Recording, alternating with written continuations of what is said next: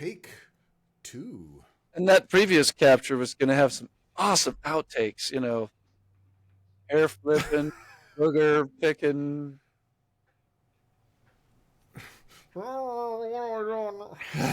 It looked pretty much like I was drilling. So, Is with it? Do you think it's a sorry, storm? I think it has probably more to do with the internet connection on my end. I'm sad to say, and Oh, it's usually awesome, and I'm the only one using it right now, so there shouldn't be any bandwidth issues. But hello, here we go. Anyway, fingers crossed. So we you should have didn't an really IT have a guy good check that thread. out. Yeah, right. That's above my pay grade. We didn't have a total thread planned out for this capture, but I just figured, what the heck? Let's ask some awesome questions to make our brains work. And these are some questions that I Okay. got from a Tim Ferriss podcast about a month or so ago, maybe a little longer than that, when he had some cat on there, and I can't even think of the dude's name, but he's I think he's an economist or philosopher, or maybe he's a philosophist or an econosopher, philosopher Yeah. economist. Yeah. He had some great questions that he just kind of has rattling around the back of his head at all times. They were so awesome, I wrote them down, and it's been floating around on my Okay. desk for the last 4 or 6 weeks. Oh, well, let's burn them.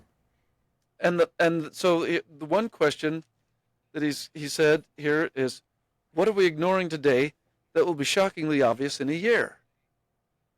And when I heard that question, I immediately thought of you because you are kind of a trendologist. I just made that word up. Oh, dude. Yes. I think I used to be. I don't. Man, my brain stew is not. I've actually been thinking about that, and Yeah. I did used to have a grasp on it. I did used to have a feel for it. I You spent don't feel I like you spend a still ton of do? time online. I don't.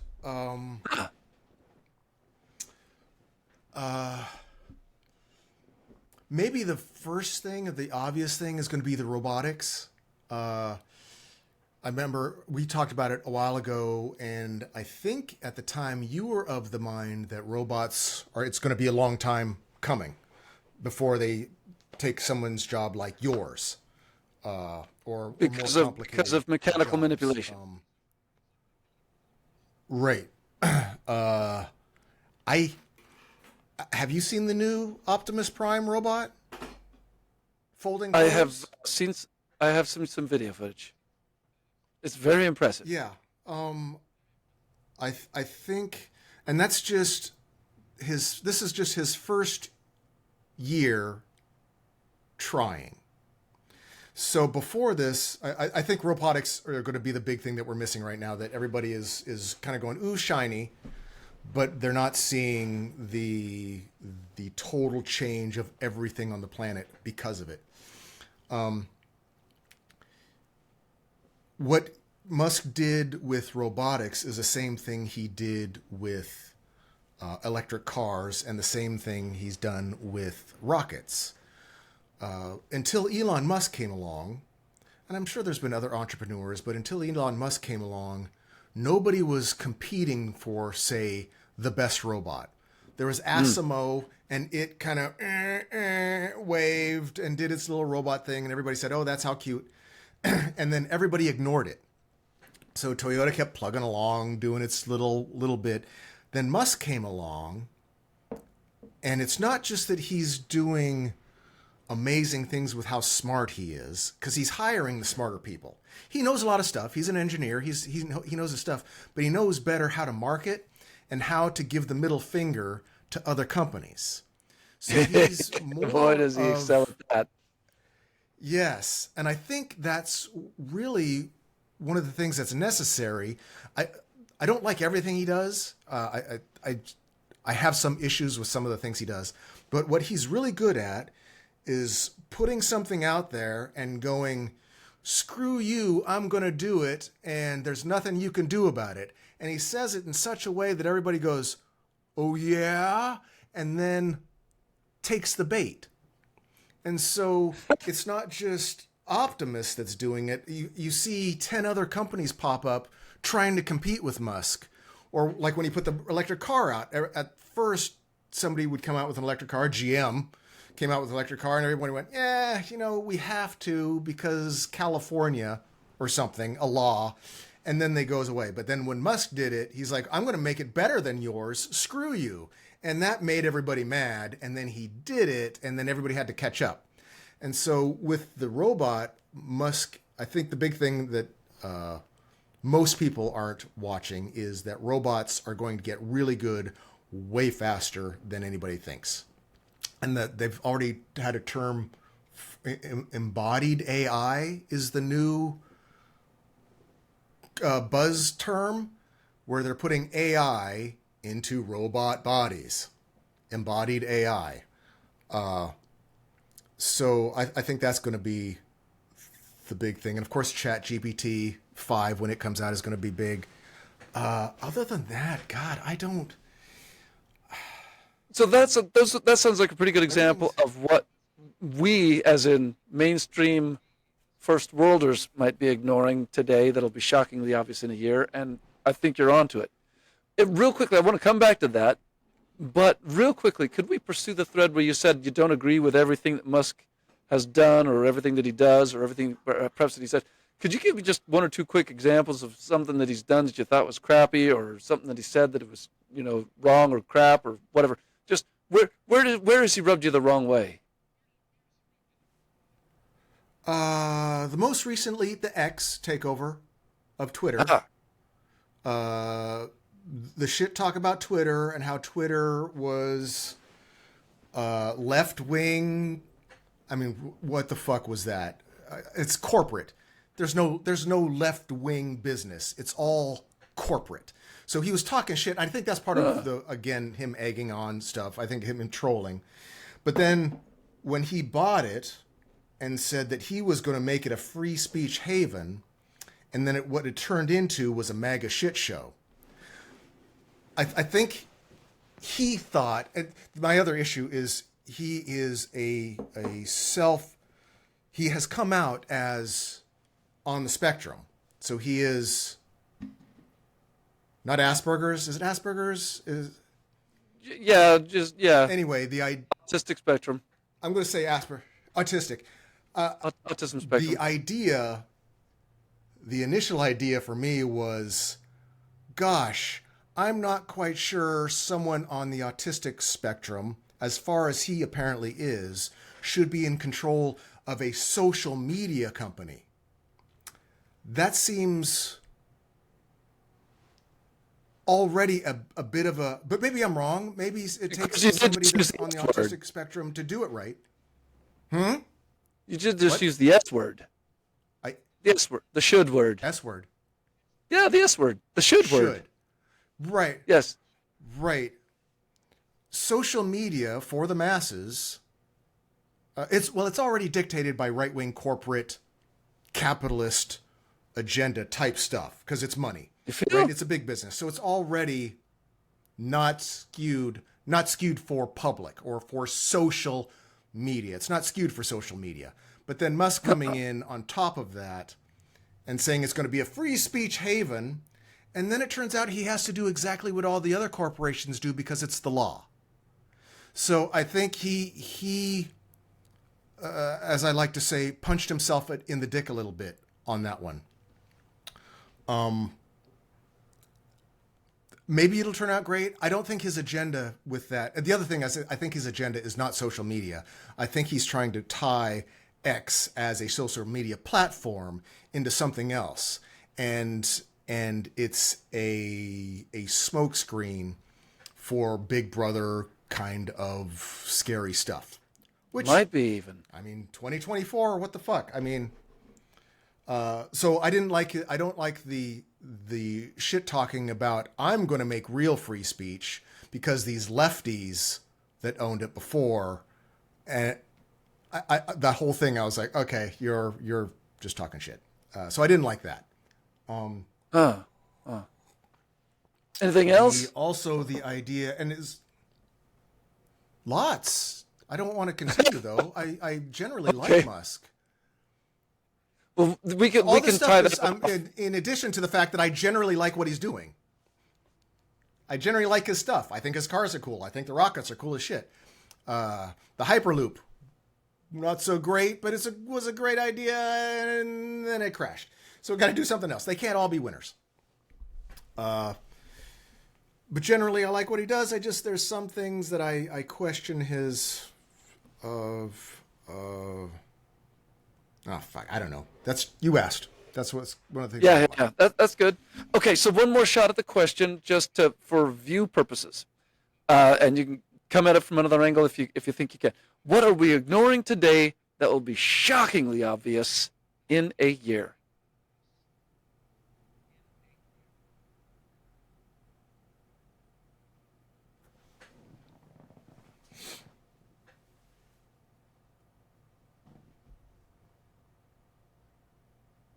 God, I have no idea. That's great. It's hard to know. It's hard to say. Yeah, it's hard to say what. I mean, I could have an answer. I just don't know, because to me, a lot of stuff is obvious, Sure. and other people hear me say stuff, and I sound like a crazy person to them. So I don't even know. I don't know what I think is obvious. That's cool. Just let that one rattle around in your brain over the next however long, because it's a fun question to just have in the back there. Here's another question that he posed on that podcast with Tim Ferriss. Which of our current views would change if our incentives were different? Which of our current views would change if our incentives were different? Well, everything about money. My incentives, I would love to just do this kind of stuff, hang out, play video games, talk about life, experience life, and watch it happen, and not be bitter and angry and just sick of the corporate grind. Like the universal basic income thing. If I didn't have to work, I could almost promise you. See, I'm already working as hard as I can. If I didn't have to work, though, I think I would work harder at other stuff. And I think most people would. I think everybody would work harder at other things. And I think it would be shocking how far we would go and how much more colorful and enjoyable humanity would probably be if we weren't saddled with making a living under the corporate yoke, so to speak. Do you have an answer? If your motivation is different? How my current views would change if my incentives were different? Yeah. That I honestly can't really answer that question, but I can kind of expand on some ideas that you were touching on just as there. We know that poverty as a condition has been how it's been for the last 100,000 years for mankind. Since before recorded history, It's been poverty. And it has only been within the last, I would say even 10,000 years, that we've had even the slimmest of individuals rise up, become upwardly mobile, slide out of poverty into some kind of a monarch type of role. Sure. True leadership. And that started out being the very rare exception, as I'm sure you can imagine, because there would have been... And the beginning of inequality. Yes, and the beginning of inequality, if you want to even bring that in there, I'll go along with that. You had millions of slaves that were, I'm sure, over the course of the generations, building the pyramids for percentage-wise, an extremely elite few, very, very, very few, because there can only be one, pharaoh, and there can only be Pharaoh. a handful of pharaoh's wives and then concubines and the servants, and it'll trickle down from there until you get to the guy who's just part of the team pulling that boulder brick up the ramp to put on the next stage of the pyramid. So, um, 5,000 years ago, that's how it would have looked. A couple thousand years ago, we had a little bit of more middle class. And by middle class, I don't want to suggest for a second that it was anything approaching what low class or lower class first world conditions would be like, because there would be more than a night and day difference on that one. But you did have a situation where at least you weren't a slave. And so there was that whole ascendancy out of that. But for the large part, poverty's been the condition. And poverty is still the condition for that certain percentage of the 8 billion people that we have on the planet right now. And thankfully, that percentage is actually going down. And of course, when you say that, it depends on how you define poverty, because for the longest time, poverty was whoever had to live on less than $1 a day, and that's based on the U.S. dollar. That's arbitrary. But Right. I think one of the best ways that you It's also a secondary argument from inequality. Yeah, the best way you could really define poverty was going to be, what did any given individual have to do to get up in the morning when the sun comes up, and how many hours did they have to spend that day to make sure that themselves and their family were fed, clothed, and sheltered? And there's obviously there's different tiers of that as well, because you can be fed with some killer food, or you can be fed with roadkill, because that was what was easiest to get, and you can be clothed with the latest awesome bits of business, and maybe even some functional clothes or armor, what have you, something awesome. Or you could be clothing. Yeah. You could be clothed with whatever's there, or maybe or whatever you could make, and you could be sheltered in exactly. You could be sheltered in something with air conditioning and running water, hot and cold running water and power. Or you could be sheltered in your mud hut on the savannah that has not got screens over the windows, and you're still having to deal with tsetse fly. So there's those kind of differences in terms of what that food, shelter, and clothing looks like, but how long does it take for the person to supply that level of whatever it is that it is, boom. Now, when we're talking about third world, that's going to be probably a mostly dawn till dusk kind of enterprise, my guess.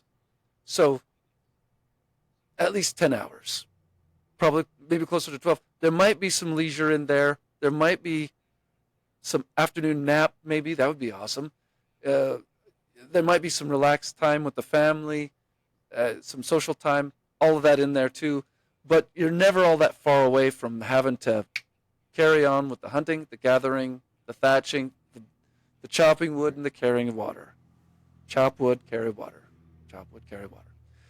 In America, and when we get into the first world, and obviously there's some graduations there too, because we got our American first world, you got European first world. That's slightly different, maybe in some even areas, and some not all, but some slightly downgraded.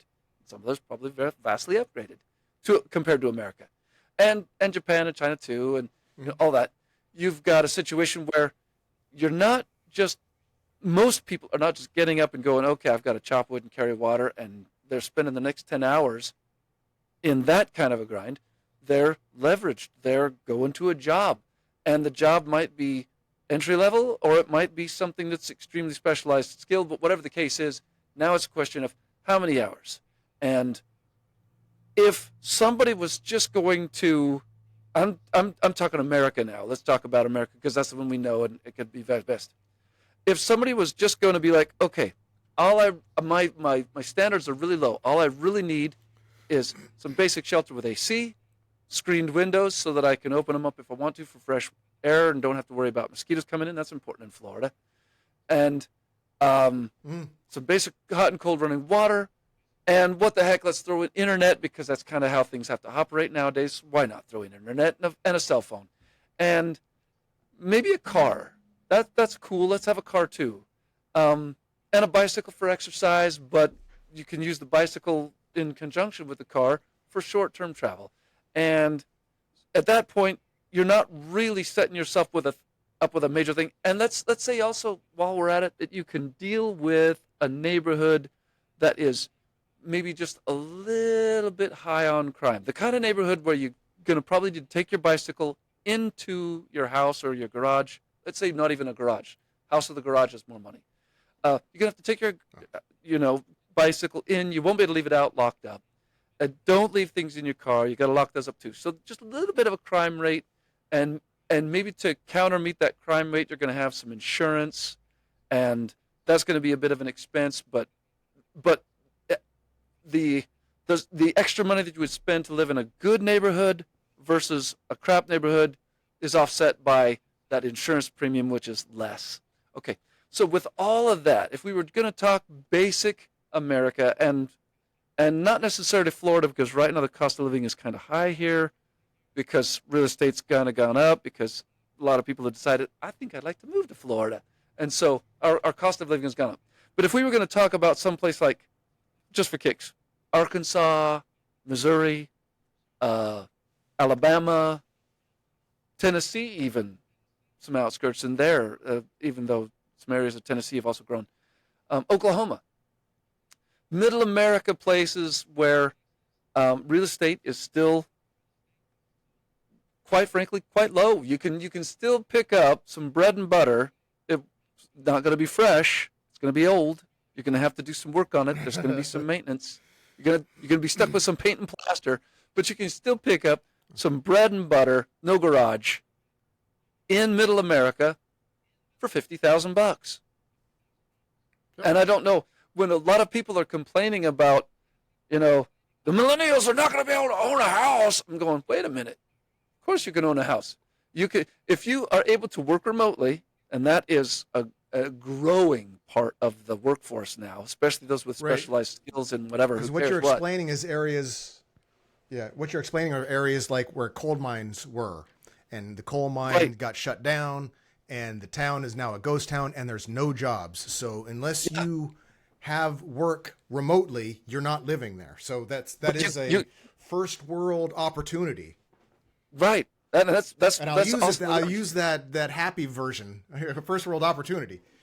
So here's the cool thing though. So if you've got that much worked out for yourself, even if you've got a no skills entry level remote job, data entry, not proofreading, that one actually requires a credential, but some basic stupid, data entry job that you can do, or customer service even, where you're getting paid maybe $15 an hour, but you can do it remote, and you can for the most part set your own hours. Not every company works like that. Some of them are, you got to work from blah blah blah to blah blah blah, but a lot of them will just be, for the most part you can set your own hours, and you just tell us, is it going to be 4 hours a day or 8 hours a day, or what is it going to be? But my point is without belaboring it, because I've rambled on way too long, is that you could effectively work to pay for this place in Middle America that's costing you $50,000, mortgage for $50,000. So your monthly payment is, your PITI is going to be less than $500. That's way less than half what you're going to pay in rent in Florida right now for a studio apartment. Way less than half, and that's where you can put your family. And you've got just basic necessities, car, bicycle, food for your family, house, blah, blah, blah, blah. You could knock the whole thing out. And the question is how many hours working at 15 or, let's say $16 an hour for kicks. How many hours at $16 an hour do you have to work in order to maintain that? I would suggest the fuzzy math, just super quick, The fuzzy math is that if you are working 40 hours a week, and that's a big if you are working that much on your remote job in this middle America nowhere town, that you're going to have money to put away at the end of the month. If you kept all of your expenses down low like that, in that kind of a situation. Essentially what I'm suggesting is that in that situation, somebody in America could be upwardly mobile. Now, let's say they didn't even want to do that. They're going, I don't even want to put money away. I just want to I only want to work just long enough to pay for all my stuff, and then the rest of the time, it's free time. I'm going to be with my kids, or I'm going to play video games. If I don't have kids, I'm going to do whatever. I don't give a damn. I'm going to do whatever the hell I want. I want to work the bare minimum. I would probably argue that you could get by on a maximum of 6 hours. That would be the most you'd have to work on a daily. So you're looking at somewhere between 30 and 32 hours. Okay. Yeah, 30 to 32 hours per week. And I would guess that it would probably come in at less than that. Now, that's the blessing of living in America. Because, first of all, you're not out in the discomfort. You're not being, out in exposure, hunting and gathering for 8 to 10, 12 hours a day to just barely get by to supply your family food in a mud hut, and you're still dealing with the tsetse fly. You are working half that, and you're living in air conditioning, heat, hot and cold running water, internet, and you've still got a ton of free time for video games. So that's kind of where I'm coming at the difference. Now we can start to incorporate inequality into that equation, or we could see how it factors in, or add that as a dynamic in the conversation. But for the most part, I would say that if we were to talk about inequality off the bat, immediately that would be the inequality to address. The fact that in America and many other parts of the first world, you can get by on just busting your ass for 4 to 6 hours a day and get a super highly, by comparison, a super nicely graduated, high-tier level of meeting your basic needs versus the third world tier level of basic needs that is something that we would consider basically to be homeless, frankly. Right. Homeless tier. Yeah. Well, I think you're glossing over a lot of negatives. Bring up a couple of negatives, because I don't want to gloss over anything. Okay, first off, we tried that in Manti, and it was we tried the minimalist life. Yes, we tried that. How was that? Now, it was generally okay when you're in your 20s and full of motivation.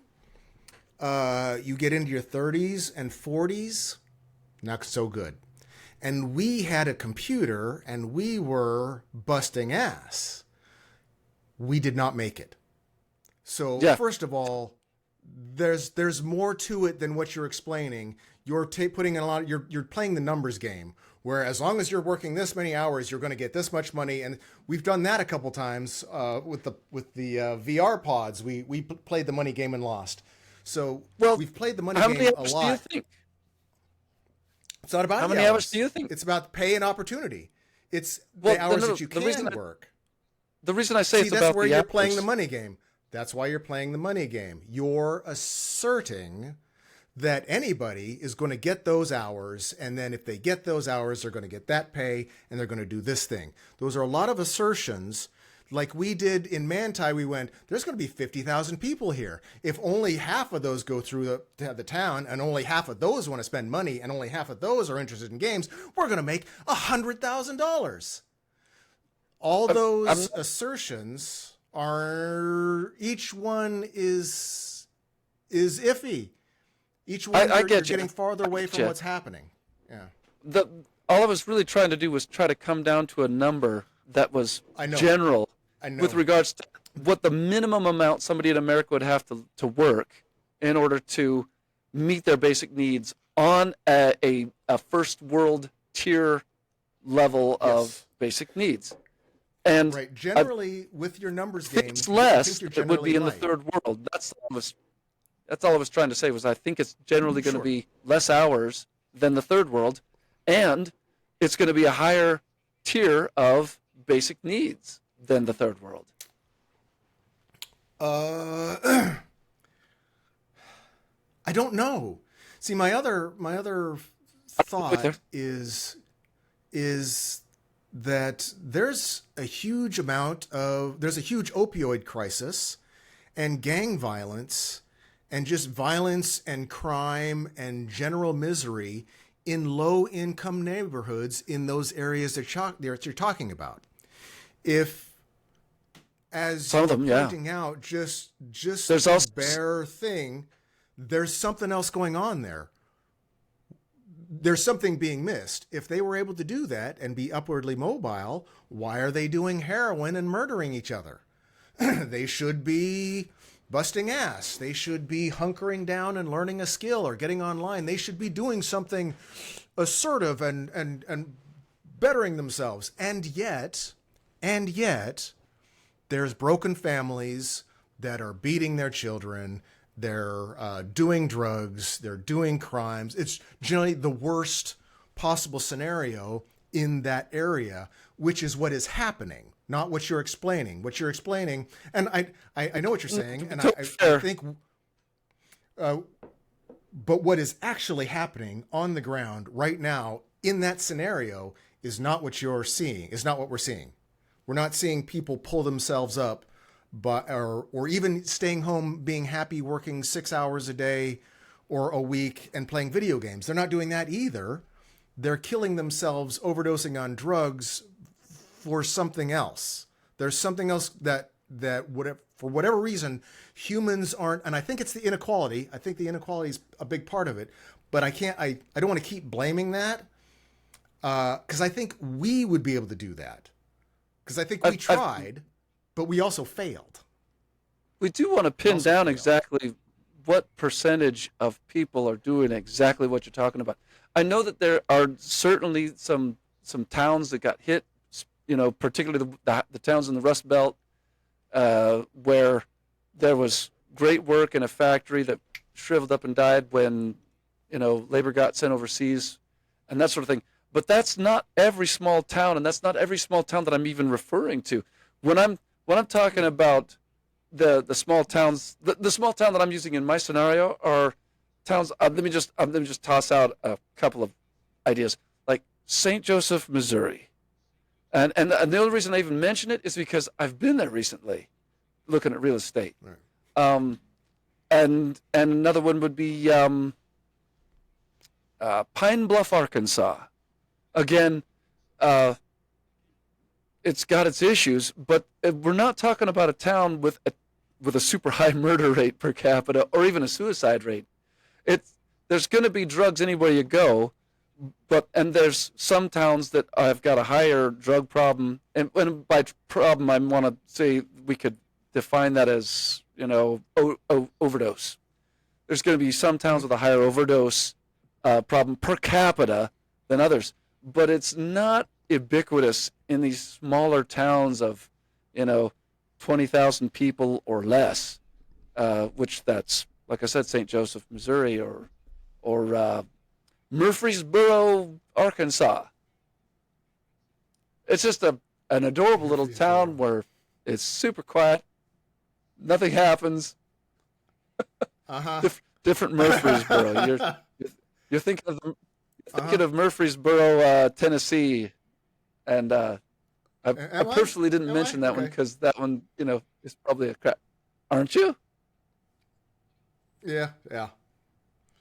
Yes, you are. I was thinking of that. Yes, you are. Yeah. Now, your scenario Murfreesboro, Arkansas, by the way. Sorry, it is a notable town. It's got a dormant volcano or something that has with a crater. It's not like a crater or like a hill, although it might maybe a tiny hill. But you can go up in it, and it's not even something that you go up in. You just go up on, and they have found diamonds there. Oh. Oh. Yeah, Nice. notable, because they found diamonds in Murfreesboro, Arkansas. Yeah. Cute little town. It's awesome. I don't know if that's a selling point. Yeah. Are we thinking It's about not. moving? Shit, no. Are... Oh, okay. Because I've been watching the World According to Briggs on YouTube. I don't know if you watch him at all. He reviews. He does stuff like that. Tell me The about most the World violent According to cities Briggs. in the. That's just a YouTuber that does a YouTube series where he breaks down cities. He did one where's the cheapest place to live in America per month, and then he breaks down, and then what's the crime rate, what's the most violent states in the world, or what's the most. So he just breaks down different videos, breaks down different things that people ask him. It's enjoyable. He lives Sweet. in Oregon. Is he in? I don't want to say Boring. I think he might be in Boring, Oregon. Somewhere over there. Oh, wow. He's in Oregon, which I thought was kind of funny. Yeah, yeah. He's an Oregonian. Probably lives there on purpose. He does. He does. Yeah. Not much going on If in I was Boring. going to move somewhere, there's lots going on in Boring. Yeah. There's a whole mining company, right? Isn't that where that? There's a mining company. Musk owns something out there, right? Boring, the Boring Company. If we talk too much more about this, everybody's going to think the thread is boring. Yeah. It's already yeah. I met a chick from Boring once. Here we go. Say it. Go ahead. There's no punchline. There's no punchline. Oh, okay. Okay. Yeah, with the thing, I think we're missing something. I would like to think we could do it, although we already tried it and we failed. I think things are different today. The work from home market, I think, might be a little bit better, but you're asking me something that's going to change in a year. I think that's going to go away in a year. You think working from home is AI going to go away? Is going. Oh, I think most of the jobs, most of those home jobs of customer service, AI is going to do it better.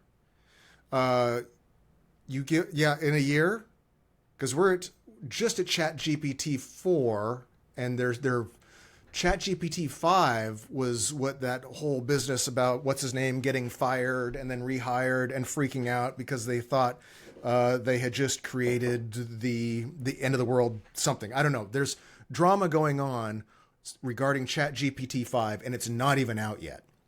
So I think, and it's not going to get worse, right? The large language models are only going to get better. I've already, I believe, talked to AI and was freaked out by it. So I already went over that adventure. I think it's just going to get better. Because worse it's going to be. And in a year, I mean, most of those work from home tech or customer service jobs, I think, are going to go away. So there's going to be something else. I think coding is going to last for a little bit longer. I can see it.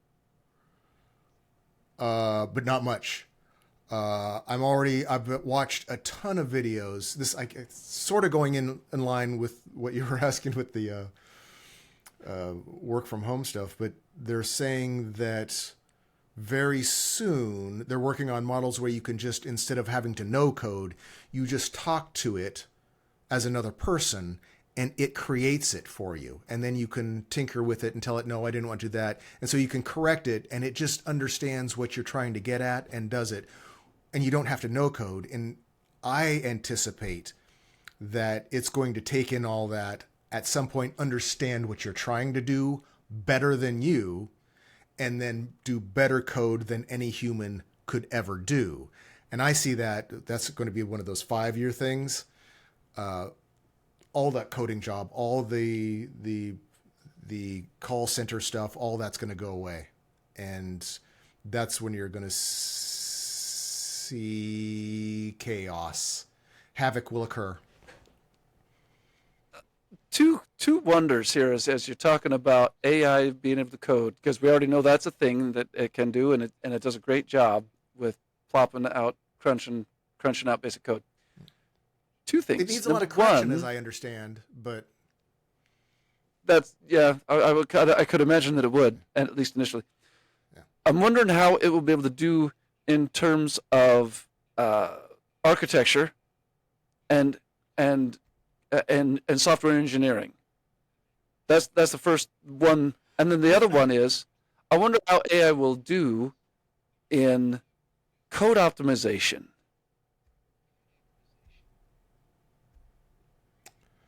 I can only assume that it's going to get better and better and better exponentially, because that's what it's doing.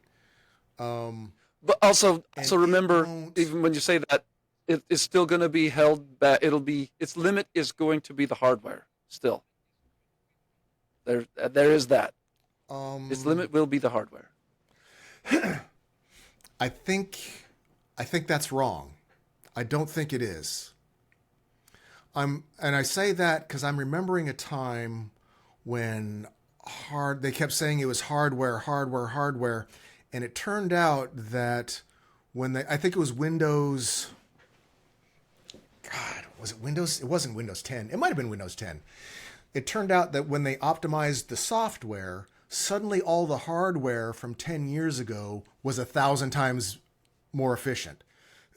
Right. I understand what you're saying is when you're saying it's hardware, but I think once the software is optimized, all the hardware we have now will be more than enough for years for AI to expand into. You could be right. The reason I say that the hardware is the limit, is the ceiling, is because just optimizing the codes, all the software out there that can be optimized. Optimizing it is going to still take processing. It's going to take processing by the AI, and that processing is going to be capped. The ceiling of that processing is going to be the hardware. I suppose, but right now it's capped at the brainware. So if you're going to, say, take a video game that already exists and optimize the software, optimize the programming, you would need a crew of people and AI to do it. So you're already talking a lot of money to pay coders to go in, fine-tooth comb, and figure out where the optimization needs to go. I think very soon, and I've seen a little bit of it happening, you're going to be able to tell an AI, I want to play Skyrim, but totally optimized, upgraded with AI, chatbots, and very soon it's going to go, I know exactly what you mean. I just looked at it. I just optimized it. There you go. And instead of paying a whole company for a year worth of work, an AI is going to need the power. So it's still going to cost money, but it's going to be able to holistically take a whole chunk of something. It'll take processing, but it'll be able to take a whole chunk of something and do it that fast or way faster than humans could, and probably better at some point than humans ever could, because it'll do it in unique ways that humans aren't programmed for. I mean, there's stuff that AI is going to know or figure out. To give you an idea of what kind of mountain the AI will have to climb on this one, refresh my memory. What kind of graphics processing is necessary to play Skyrim? I mean, if you're going to do it right, what do you want to be running for a video card? Skyrim's old. God, okay, so is it more than 15 years old? 10 years old? 15 years old?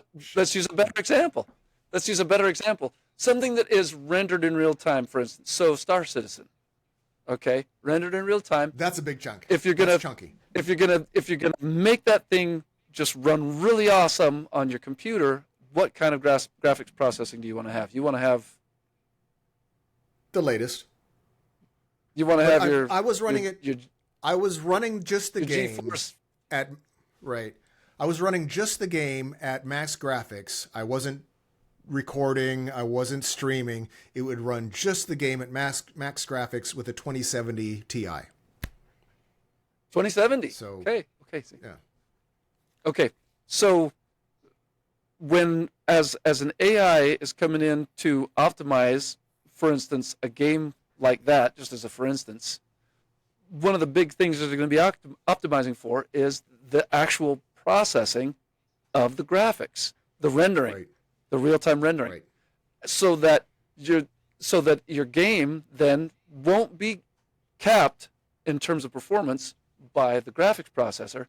It would be, the code would be optimized, and you would run the game literally on whatever crap graphics processor you happen to have, because Right. the code would be so well optimized that you didn't have to have that. Although you can already see if you're doing the math in your head, you're already going, wait a minute, that would already, to even run a code that optimized, you'd still be looking at so many BTUs that it would probably literally cook a smaller graphics processor. So whatever graphics processor you're using is going to have to be super cooled. And so you see where I'm coming at with the hardware ceiling. But I'm not saying it can't happen. I'm just going, that's the mountain that the AI is going to climb. And now you've got a real world example of what it's going to, part of what it's going to be working on. That's going to be, the Pikes Peak of AI code optimization.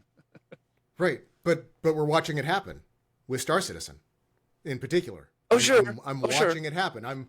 I'm following it every week. They're putting out videos and talking about how they're doing it and what they're doing.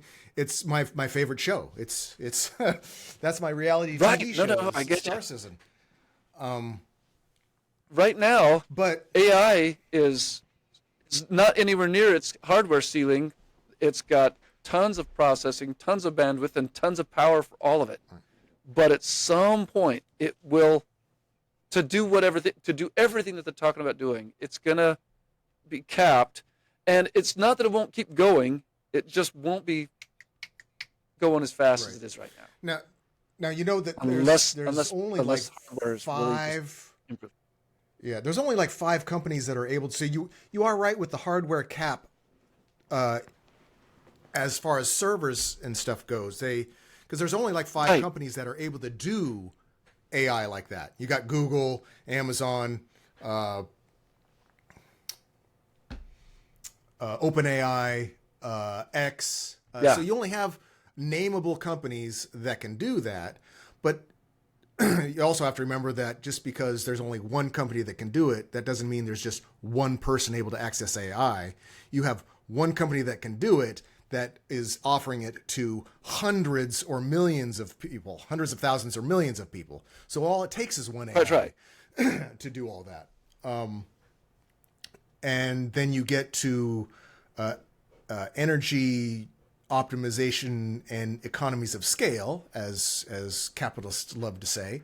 So they are able to do it cheaper.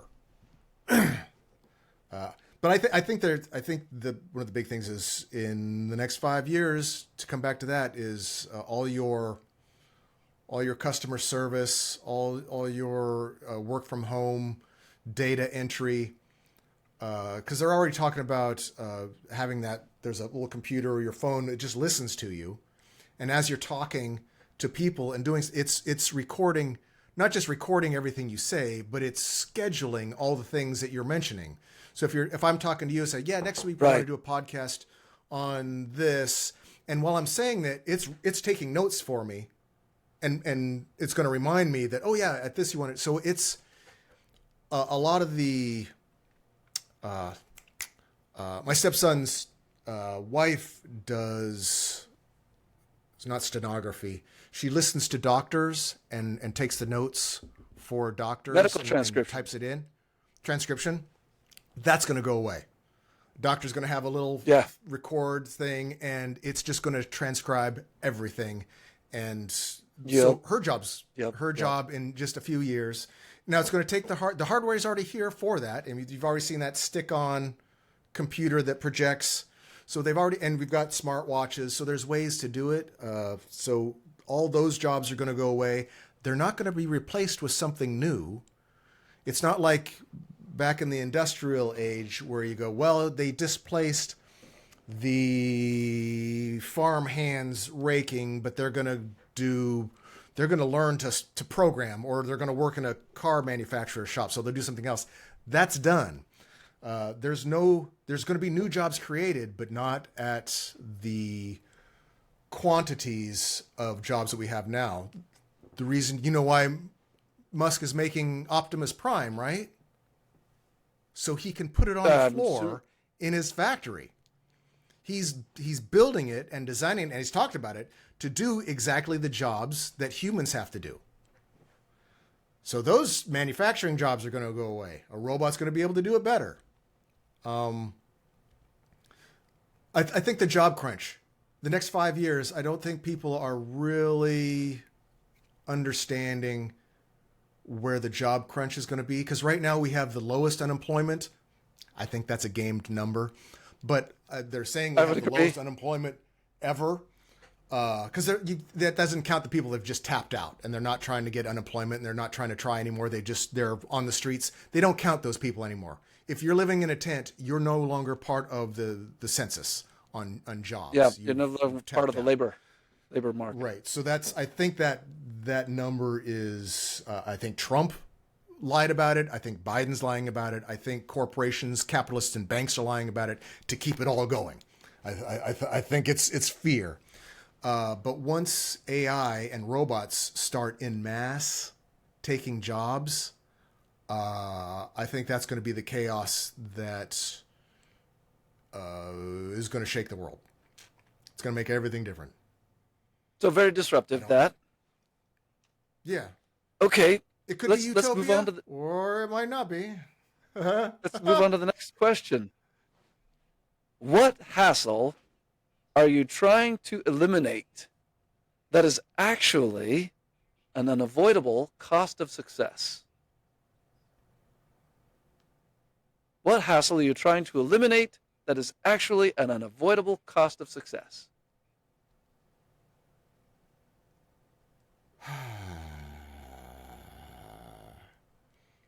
You could probably think of some from the past. It's happened, yeah. To do the business, learning to do the books, learning to do accounting, learning to do most of the stuff that I've had to learn to do. I've had to learn to do it because the business was successful, or yeah. What do I bitch about the most? It's just daily, like with today, screaming at the roofers. I have to remember, I think, and I try, that it is, I'm going to use the word blessing, or a benefit that I have the option to pay for a roofer to fix my business. I can, and to be able to be angry that it's not getting done fast enough, and that it's affecting business, but it's just part of what I have to do. I am a rituximab ration. Whew.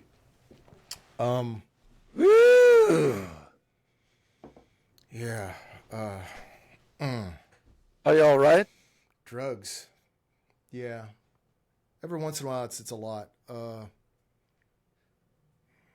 Here, real quick, while you're talking about the roofing, going back to that previous thread, are we going to have? We know that they're working on tech that's going to more or less change how buildings are built, the materials used, and the methods and processes for that to happen. However, we also know from experience that we, as members of First World Society, are slow adopters with regards to improved building types and right. Sometimes even materials and structures. Because we already have something that mostly works. Yeah. So how are roofers in particular at risk of losing their jobs to the embodied AI? Oh, absolutely. No question. You think robots will be able to climb up and do it? Are we talking 4 or 5 years? They don't have to be human shaped. Oh, that's true. I'm just trying to 5 years. 5 years. They already Good. I'm only asking because my roof is probably going to need to be done in about 5 years, and I would hope to see that the price of the go down. That's it. I don't know if. Yeah, I see that changing because I saw, God, it was like 3 years ago where there was a drywall robot that was generally shaped like a human, but it had other appendages, and it was able to pick up a piece of drywall, walk up, hold it up there, and then something else came out and attached it, and then it just went on to the next one. And that was not AI. That was them kind of programming it to do specific things. Now, with like the Optimus, and I'm just going to use the Optimus most because it's most viewable. Sure. But they're able to just show video of what they want it to do, and it figures out how to do it from a video. It's got some learning capability. There's roofers that can't watch a video and figure out a new way to do it, or they choose not to. But I think one of the issues that I'm having, using my roofing issue as an example, is I have a drop ceiling, and it's an old building, but it's a concrete with wood, and the space is in the ceiling is filled with ducts and air conditioning units. Oh, yeah. And so you can't just, and it's got concrete firewalls. So it's a disaster. You can't just get up there like in a regular roof and look around, but you can have a spider bot crawl up there and detect where the leaks are, or even a spider or a squid bot go up there with tools and pull stuff down. It doesn't have to be as large as a human. It could be whatever size needs to be up in that crevice. I should apologize, I think. You may be having these, if you believe in karma, you may be having these roofing problems at the center because of our young age escapades on the roof of the title office. If you remember, she got after us for getting her. No. You're going to make the roof leak. She was not wrong. Yeah. She was not wrong. Bad karma. It was totally worth it. It was totally worth it. I'll take it. I'm glad to hear you say that. So let that question. Some of my fondest memories were on the roof. Yeah. Well, let that question rattle around your head. What hassle are you trying to eliminate that is actually an unavoidable cost of success? Just keep your eyes peeled for that one. Next question. We're going to have to wind this one down here pretty quick. This is a cool question. Who has the right answers, but we ignore because they are not articulate? Who has the right answers, but we ignore because they are not articulate? Oh, Jesus, that's easy. Us. Yes, exactly. Exactly. What are you talking about? That's us. I mean, I didn't want to just totally set that one up for you, but yes, that was it. That was a slow pitch, and you knocked that out of the park. Okay, yeah, that's us. We've got the right answers, but we can't articulate worth of shit. I can. We're going to need to keep our eyes peeled for others with this exact malady, because there's going to be others who are wrong about 99% of stuff, and we disagree with them. But they're right about one little thing that is counterintuitive, and we have to go, what? Oh, okay, and then. But that's everybody. I think that's almost everybody. Everybody I listen to. That is even Ben just Shapiro everybody. and Jordan Peterson. Jordan Peterson has some great answers, but he's just such a douche. So it's hard to that's everybody. Everybody has right answers, but only in their narrow field of experience. Well, not for nothing. I'm just going to toss this out here as a last thing before we go on to the last question. I think there's money, there's wealth to be found in mining for good information.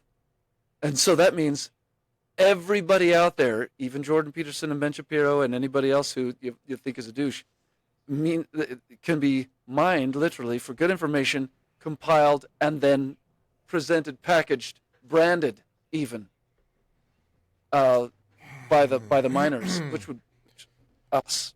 Wasn't there a character? I never watched Game of Thrones, but there's a character in there that was based on that, where he drinks and he knows things. That's his job. The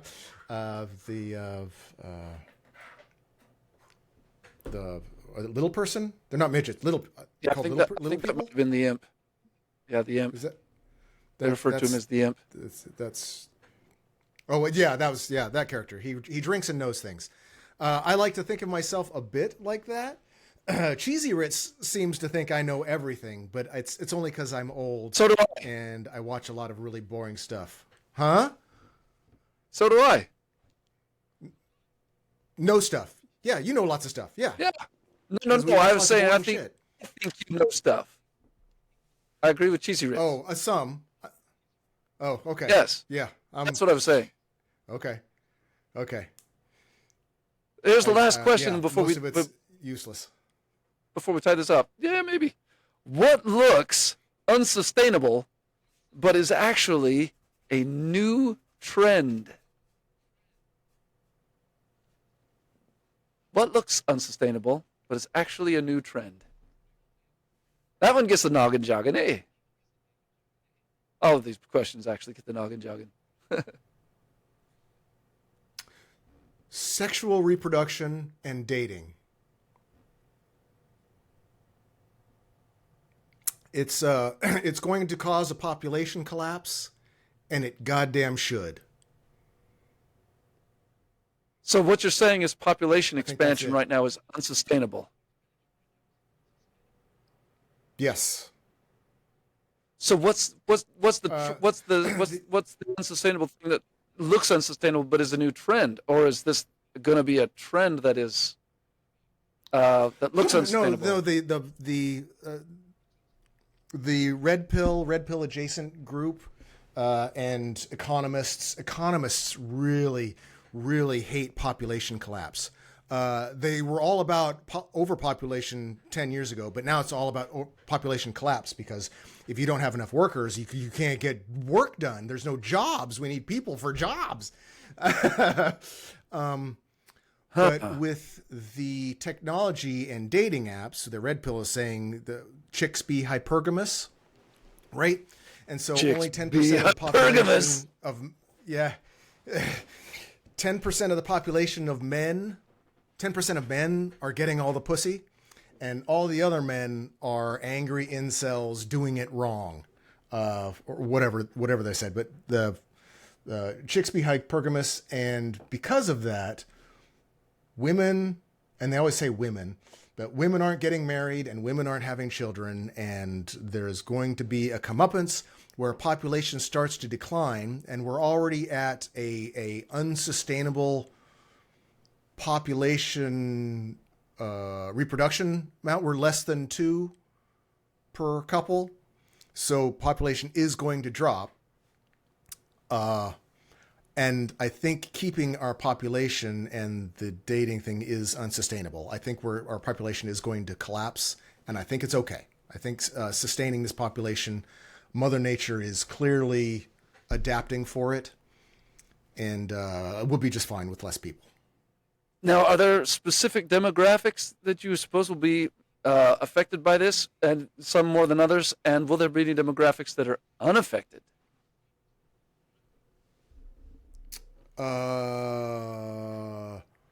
Rich men over 6 feet tall will only be affected in a positive way.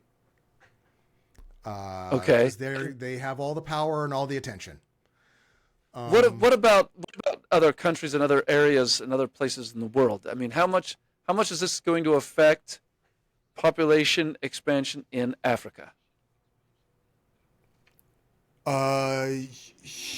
Huge. Africa Well, right now, I think, is on the cusp of becoming one of the next superpowers. It has a lot of sunlight, and with solar panels and energy and storage becoming more viable every day, I think Africa is going to take a huge leap into the future and have a controlling part of the energy economy. So I think so you're as they saying get wealthier, as they get as they get wealthier, wealthier, then their population is going to start to decline. is going to decline. Yep, I think we're going to have a population. And Hans Ronsling, this is something Hans talked about of 15 years ago. So Right, I think right, he right. was right on it. Okay. So what The about? concern? I think this might be a. Go ahead. I was just going to say, what about China and the surrounding areas of the Himalayas? Are they going to see population decrease or explosion or maintenance? A decrease. A decrease? It is going to start to China? decrease. As each group moves away from toil, physical labor, because the reason the African population is so high is because so many children die either at birth or from diseases after birth, real close, and they need people. They're having children to work in the fields to help the family out. That's one of the big drives of sexual reproduction is you need more people to get the job done. You make more people. But Okay. as a population gets healthier and wealthier and more educated, population goes down because more children survive. And it takes the pressure off whatever. Go ahead. Will you see at least one generation boom before the decline? As the tech improves, as quality of life improves, the only reason I ask is would they follow the same trajectory of population as America First World did directly after the Second World War? There was a steep increase in quality of life, and there was a population explosion, and then it tapered off, and then things kind of fell in decline, and now here we are today. Are they going to follow the same kind of generational boom, or are they going to skip the boom and just go straight to decline? I think they're going to skip the boom and go straight to decline, because our stress, since we're a country of war, we're mostly affected by war. Our stress was men not coming home from the wars, so we had a huge, an immediate population drop within just a few years. Their population drop is continuous, has never stopped. They've always been fighting death. They're not at war per se, like America, like the event of the 40s that went to that. They're not having an event. That's just life.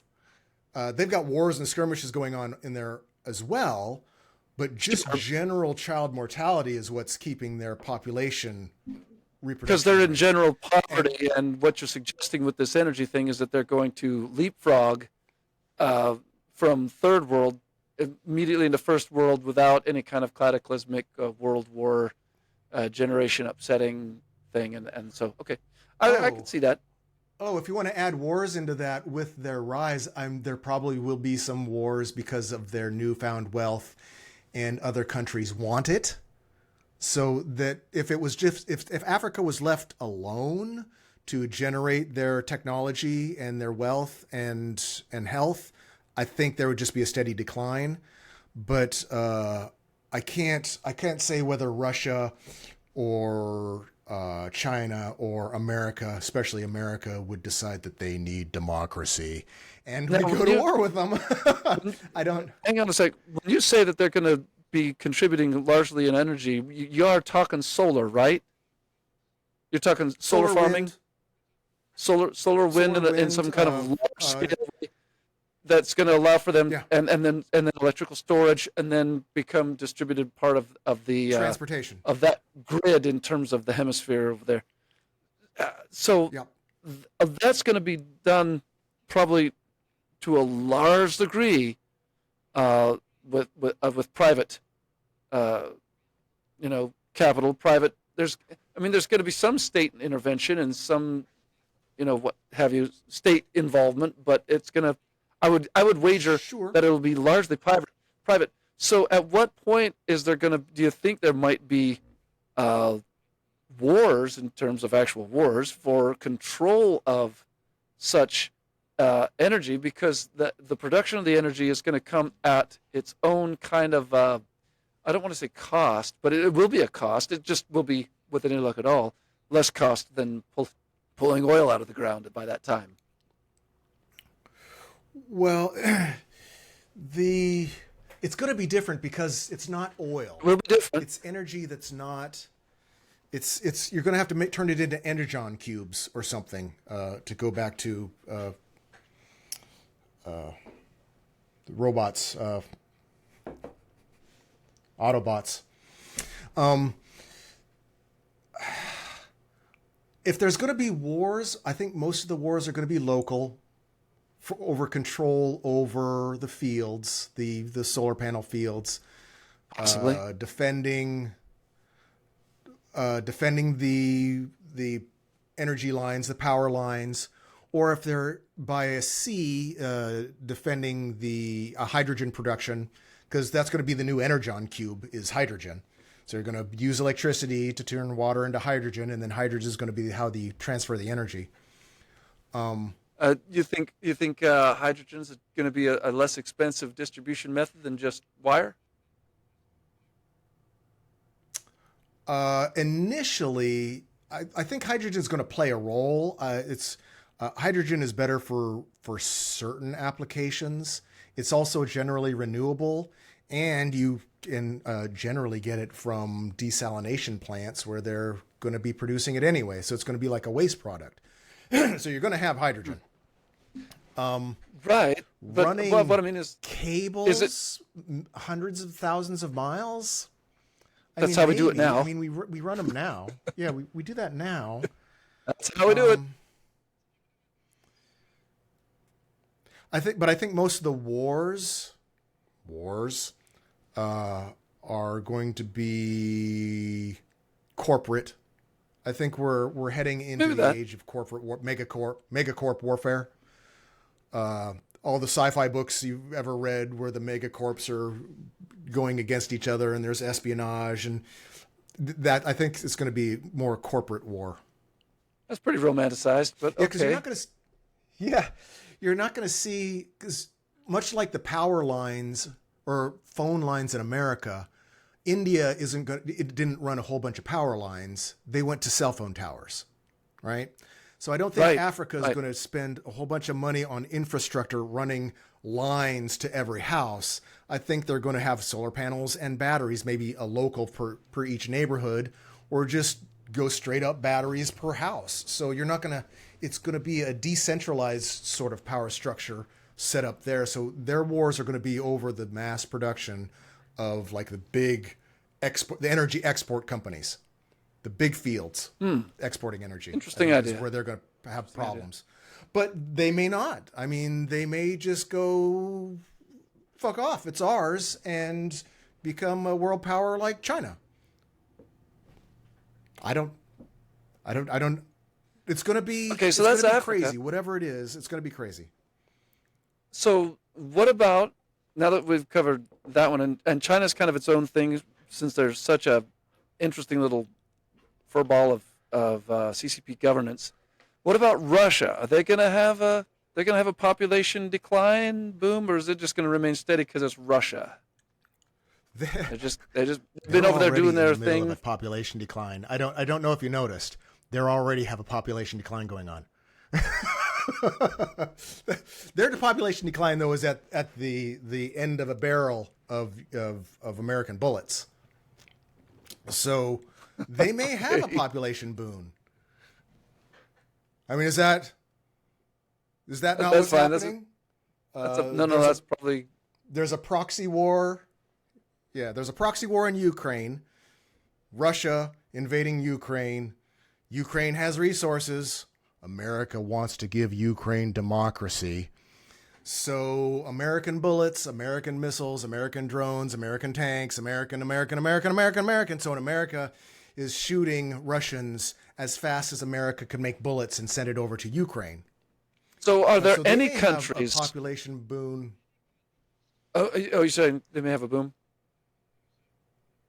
They may have Are a you saying population boom because of war, like America did in the 40s. Yeah, ah ah but a generation of boom and would then they? back into decline?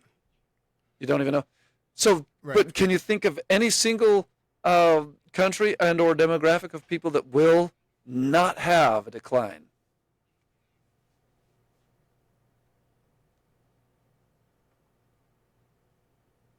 No. Okay. So how much do you think No. the decline will go? Are we talking 50% of world population or more or less or Well, right now we're at less than a replacement reproduction worldwide. right? Or no, let me rephrase that. We're less than replacement reproduction in industrialized countries First world. and in Africa and places like that. First worlds, in third worlds, they're making up the difference a little bit because we're still gaining in population. We So, are apparently. but the only reason, but not here. The only reason Right. population is even staying at all normal here is because of immigration. So all these people freaking out about immigrants coming and taking our jobs. The only reason you have 7-Elevens and stores and farming is because of immigrants. There's just not enough people without them to keep the machine turning as it is now, which I don't think it should continue as it is now, but that's a different question. So we need the population to keep it as it is, but at some point AI and robots are going to make up the difference, and we're not going to need that. I think one of the things that Musk and you were pointing out with population decline is we need as many brains as possible to keep us Yeah. advancing technology-wise. Brains help. But see, that's where AI comes in. That's going to give AI us a lot of is in the unlimited. brains. That's unlimited brains. That's as much brains as power can make, and we can make a lot of power. And you don't need to feed them. They don't go to war. They don't rebel. They're not human. But they're brains that are brainier than humans, that are more controllable at the moment than humans. So a lot of the stuff, I think population is going to go down. I think the wealthiest countries aren't really going to notice. And I think we'll generally be happier about it. Do you expect I that think the it's United States is going to stay a wealthy country? Will the United States stay a wealthy country? Yes. That's I encouraging. don't think it's going to, I think China's going to be the next superpower. I don't know how we're going to handle that because America is a country of soldiers. We go to war. America was built on war. So if we aren't the biggest stick on the planet, I don't know how we're going to handle that. I don't know. When you say that America was built on war and we're a country of soldiers, couldn't that be something that was pinched off in a single generation of the next generation saying, we just don't want to? And might we be looking at that very thing? I don't think so. No? Okay. I only say that because I- word on the street is enlistment for the United States military armed services is down, and everybody's yes. got Yes, a it is. lot of freaking war fatigue, and the most Right. active people who are willing to go out and make war, as it were, are still just just a step away from screaming babies. Really, frankly, I don't want to All it I don't would want to down take is one more dangerousness of- plane. one more plane into a skyscraper from a Middle East country, and this country and America would go insane, and we would throw everything at them. So America in general is inspired by war. I think one of the things the war fatigue you're seeing now, if it's not a smaller country, if it's China that it blows up one of our buildings, game over. I don't think we can survive it. I just think that would be it. motivate us faster. I think missiles would get launched. Somebody would overreact, and that would be it. I don't think we can have a war with a superpower. That's why we have a war through Ukraine right now. Is we can only do proxy wars. We're fighting Russia through proxy in Ukraine.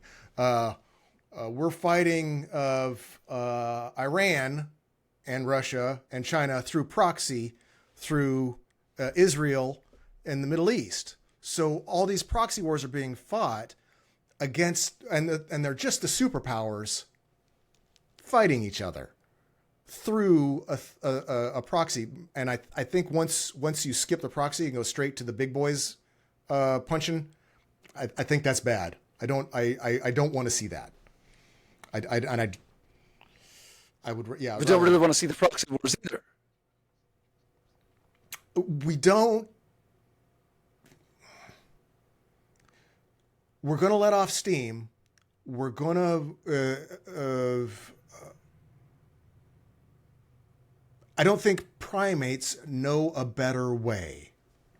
And that's just the way it's going to happen. So if you're going to have a war, I would rather it be a proxy war than a war between the big boys. Not that either of us have a say. Primates might not know a better way, but AI would know a better way. And wouldn't AI at some point, do you think, intervene? Give us an intervention? Sit us down? Have us turn talking to? Yes. Well, see, that's where I've been at for some time. That's I guess the 5-year plan. What all those questions kind of round up into is where do I think we're going to be in 5 or 10 years? And the only conclusions I've been able to come to, I mean, there's lots of weird kind of sci-fi, Terminator maybe, but I think either AI is going to just control us and guide us, and we're going to be happy to do whatever it tells us to do, or it's going to end us. And it's either going to be a utopia that AI is controlling or a dystopia that AI is controlling. Either way, humans are not going to be the dominant intelligent species, and it's intelligence that makes the rulers of the world. Humans are not going to be more intelligent than AI very soon.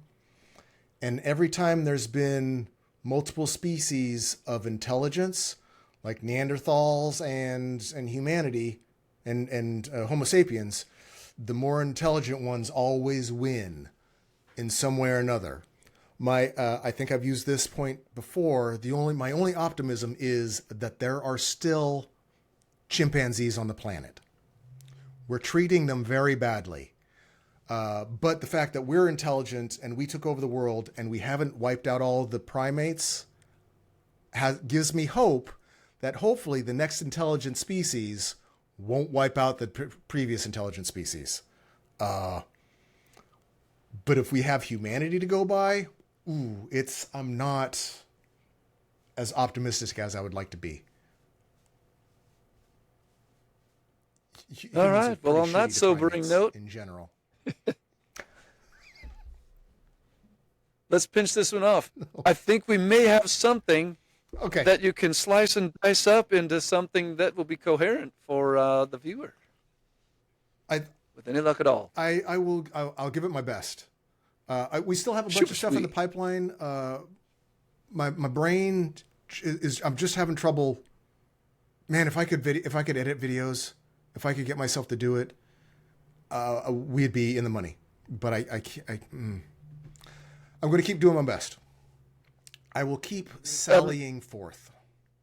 Whatever editing process you have, if it's something that we can outsource, we'll look into that as well. If it's just a situation where you're just like, yeah, I can't drive myself to do it, because I'm sure we can find somebody on Fiverr, and it won't be a thing.